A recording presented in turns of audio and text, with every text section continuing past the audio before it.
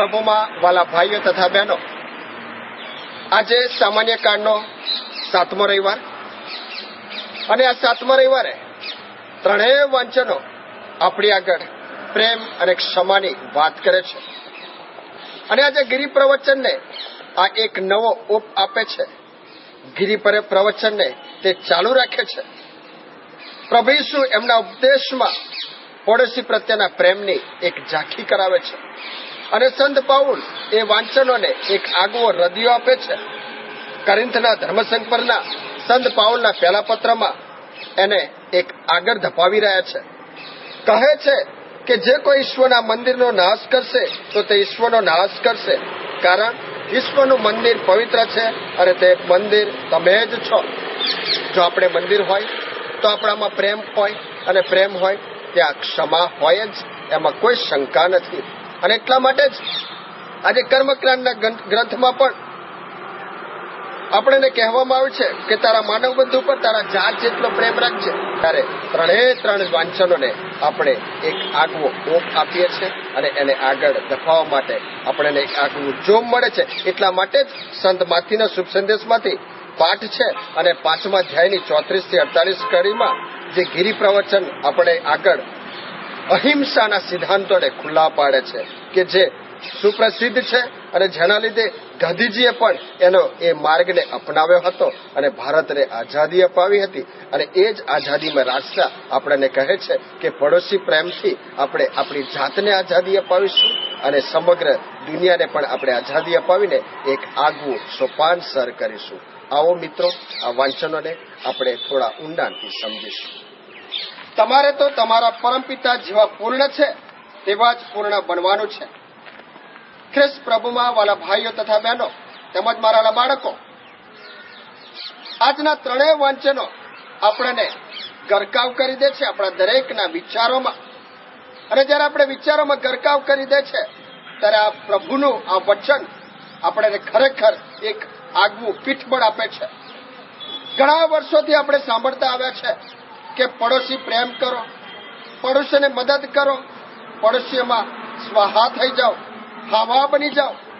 હા મારા ભાઈઓ તથા બહેનો, એ તો આપણે રોજબરોજના જીવનમાં સાંભળતા આવ્યા છે અને સાંભળીએ છીએ ખરા, પરંતુ એને આપણે કાર્યરત ક્યારે બનાવ્યું છે?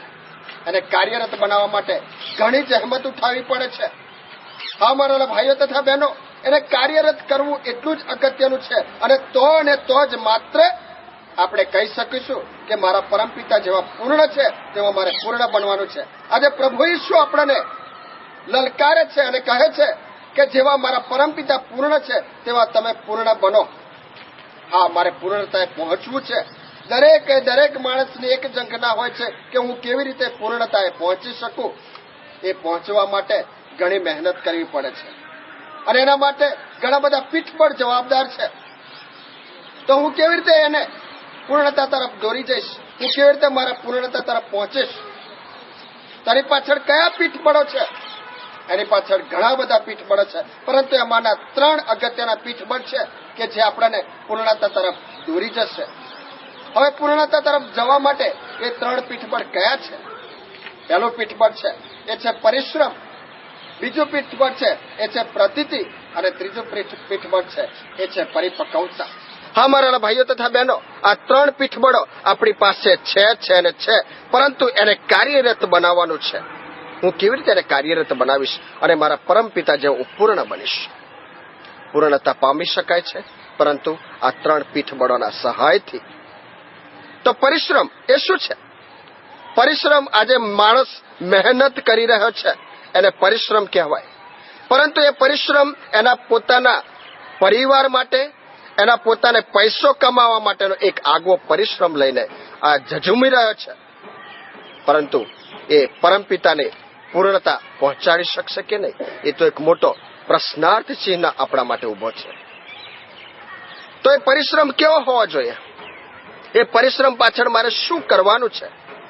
તો પરિશ્રમ એટલે કે મારે પવિત્રતાનો પરિશ્રમ કરવાનો છે, પૈસાનો નહીં. પરંતુ આજે પ્રભુ ઈસુ પરમપિતા અને પવિત્ર આત્માના સહયોગથી આજે આપણને એ જ આહવાન કરવામાં આવે છે. પ્રભુ ઈસુ આપણને આહવાન કરે છે કે જેમ મારા પરમપિતા પવિત્ર છે, પૂર્ણ છે, તેમ તમારે પણ પૂર્ણ બનવાનું છે. હા મારા ભાઈઓ તથા બહેનો, પૂર્ણતાનું પહેલું પીઠબળ એટલે કે પરિશ્રમ. અરે પરિશ્રમ કેવી રીતે કરી શકીશ? મારી પવિત્રતાથી. પરંતુ હું પવિત્ર છું એની પ્રતીતિ મને હોવી જોઈએ. હું પરિશ્રમ કરું છું એની પ્રતીતિ, એની ઝાંખી દરેકને થવી જોઈએ. અને એ છે મારું બીજું પીઠબળ એટલે કે મારી પ્રતીતિ કરાવવાની છે દરેક વ્યક્તિને. પરિપક્વતા હું ક્યાંથી મેળવીશ? હું એને ખ્યાલ ક્યારે કરીશ?